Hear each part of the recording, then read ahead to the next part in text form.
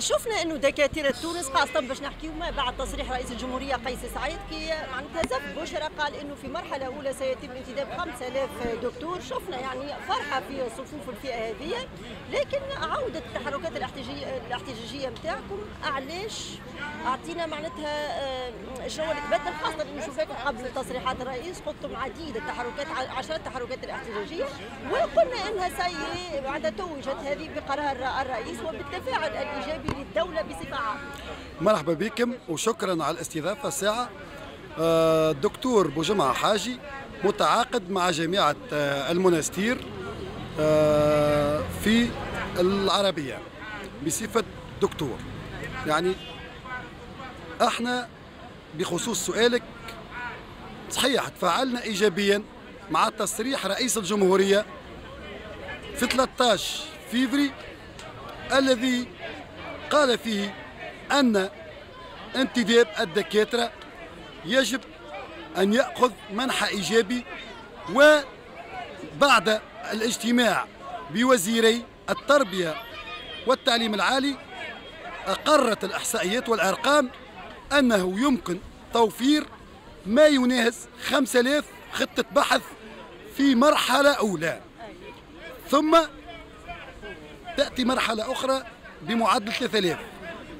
ولكن نحن اليوم عدنا إلى الاحتجاجات لأننا لم نرى هذه القرارات تفعل، خاصة عدنا للاحتجاج على المناظرة لأننا نعتبر أن المناظرة بكل صياغها الكلاسيكية أو ما يسمى تقييم أو غير تقليدية هي مناظرات فاسدة مبنية على المحسوبية، على الرشوة، على الزبونية، على المحاباة، على العلاقات إلى غير ذلك. لذلك نحن أيضا نعتبر أن المناظرة لا يتوفر فيها أهم شرط وهو تكافؤ الفرص، لأننا لم نلقى نفس الظروف في مستوى كتابة المقالات، في مستوى التدريس، في مستوى العقود إلى آخره. ونحن مطلبنا هنا جئنا للمطالبة بتفعيل قرارات رئيس الجمهورية التي فيها 5000 أولى كخطة إدماج. ثم المطلب الثاني هو أن هذه الخطط تكون بصفة أستاذ مساعد وليس خطط إدارية كما تروج اللوبيات الجامعية والإدارية والمتعاونين معهم. ثالثا نريد أن نؤكد على أن الملف ليس صعب كما تروج اللوبيات، بل هو ملف سهل ويتطلب إرادة سياسية فقط غابت لعقود من الزمن. لذلك نطلب من رئيس الجمهورية باعتباره خاصة ابن الجامعة، ونحن لنا ثقة كبيرة جدا في رئيس الجمهورية أنه حل ملف النواب، ملف الحظائر، ملف المناولة، أنه سيعمل على حل ملف الدكاترة وإنصاف هذه النخبة باعتبار عدالة قضيتهم. أيضا نطالب رئيس الجمهورية بالاستماع إلى الدكاترة مباشرة عن طريق ممثليهم وعن طريق مختلف الفئات، لأننا الملف واحد وغير مجزأ كما تروج بعض الأصوات. شكرا. انتم معناتها في الشارع معناتها نحكيو على الفئه اللي عندها اعلى معناتها درجه علميه وهي درجه الدكتوراه، لما نشوفوكم في الاماكن المناسبه نتاعكم في مراكز البحث العلمي، المخابر، الجامعات، انتم في الشارع شكون شاد بلاصتكم؟ والله هذا الحقيقه سؤال محوري وكبير جدا. معناها الناس هذه تشوف فيها دكاتره يحملوا اعلى شهاده علميه، تخول لهم تولي كل الرتب ومختلف الوظائف الموجودة في الدولة، ولكن حتى في الجامعة أماكنهم شاغرة يخدموا فيها جماعة الخبرنة وجماعة تعليم ثانوي بدون شهادة الدكتوراه، ويخدموا فيها طبالة والزكارة. أختي معناها راهو مهزلة بالحق. أكبر ظلم هو ظلم يعيش الدكتور، لأنه الأرقام الوزارية وليست أرقامنا نحن تثبت أن يوجد تقريبا ما يقارب 7000 غير حامل شهاده دكتوراه من جماعه الخبرنه والاساتذه نتاع التعليم الثانوي، غير الحاصلين على شهاده دكتوراه، وجماعه اجزاء الخدمات والعقود.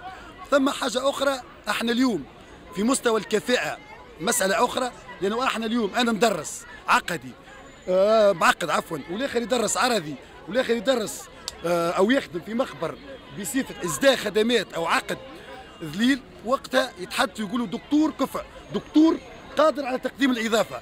وعندما اطالب بحقي في العيش الكريم وحقي في الشغل اللائق والكرامه، تصبح مساله التشكيك في مستوى الكفاءه، وهذا غير مقبول، لان نحن اصحاب اعلى شهاده علميه. فقط احنا شفنا هجرة الأدمغة بسبب معناتها برشا ظروف في البلاد وعدم الاعتراف يعني بالكفاءات هذوما. نسألوك أنت كدكتور، جاتك فرصة أنك تهاجر، خممت جاتك فكرة الهجرة ولا تحب تخدم في بلادك؟ شخصيا صدقني جاني مثلا عقد عمل في أحد البلدان الخليجية عامين التالي، ولكن خيرت نبقى في بلادي، لأن الدكاترة هذوما كفاءات البلاد هذوما بالحق مخ تونس عندها كان العلم، راهو نحبوا ولا نكرهوا، ما عندناش ثروه نفطيه، ما عندناش ثروات في مستوى الطاقه او غيرها، عندنا كان المخ والعقل وعندنا العلم فقط. الناس هذه كلها اليوم ما تحبش تهاجر، لانها تؤمن بالعلم وتؤمن بان حقها في بلادها باش تاخذه، وتؤمن بانصافها من قبل رئيس الجمهوريه.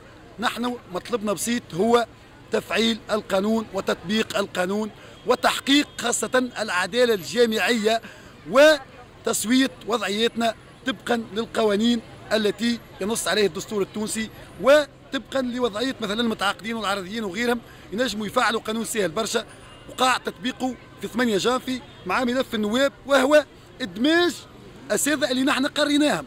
ونحن يجي يقول لك راي الإدماج صعيب، لا الإدماج سهل، ولكن يتطلب فقط إرادة سياسية وتطبيق للقانون. وشكرا. عدم الانتداب نتاعكم والتشغيل نتاعكم والاعتراف بمعناتها الكفاءات نتاعكم، هل هو يأتي في إطار إقصاء ممنهج وإلا هذيك حد مجهود الدولة والإمكانيات المحدودة للدولة؟ أنا أعتقد أن الإجابة عن هذا السؤال من خلال معرفتنا بالواقع التونسي وبالجامعات وبالوزارات. الدكتور مقصي عمدا، لأنه ما كان موجود في الجامعة وموجود في مخابر البحث وموجود في مختلف مراكز الدراسات والبحوث، ولكن إقصاء الدكتور ممنهج من قبل اللوبيات المتمعشة من المناظرات والمتمعشة من عقود الدكتور والمتمعشة من بطالة الدكتور والمتمعشة في مستوى الساعات الإضافية وفي مستوى خاصة المناظرة، لأنه الأستاذ أو ما يسمى نسميهم احنا القرآة أو اللوبيات، لأنه الوزير ماهوش هو، راهو الحقيقة اللي معطل لوبيات كاملة جريمة مكتملة الأركان تعمل ضد الدكتور وتعمل على إقصاء الدكتور وتواجده في مكانه الطبيعي وهو الجامعة ومخابر البحث. فقط نجم نشوفوا تحركات احتجاجيه تصعيديه، طبعا ديما نحكوا في اطار سلمي وقانوني، لانكم تخوضوا في تحركات احتجاجيه كما نقولوا في ساحه القصبه، في شارع حبيب بورقيبه، امام المسرح البلدي. نجم نشوفوا اشكال اخرى؟ طبعا نحن كدكاتره اليوم نحتجوا امام المسرح البلدي في وقفه، ولكن راهو اليوم احنا الوقفه هذه باش نصعدوا في اتجاه حركات احتجاجيه، باش ندخلوا في اعتصامات، باش ندخلوا في حركة إضراب جوع، لأنه اليوم إذا لم يتم الاستماع إلى أصواتنا وإذا لم تلبى أصواتنا وتلغى المناظرة الظالمة ويقع إدماجنا في أماكننا الحقيقية، سنصعد بكل الأشكال النضالية الممكنة، من اعتصامات، من إضرابات جوع، حتى تحقيق مطلبنا وحقنا في الإدماج والتسوية الشاملة وإنهاء وغلق هذا الملف.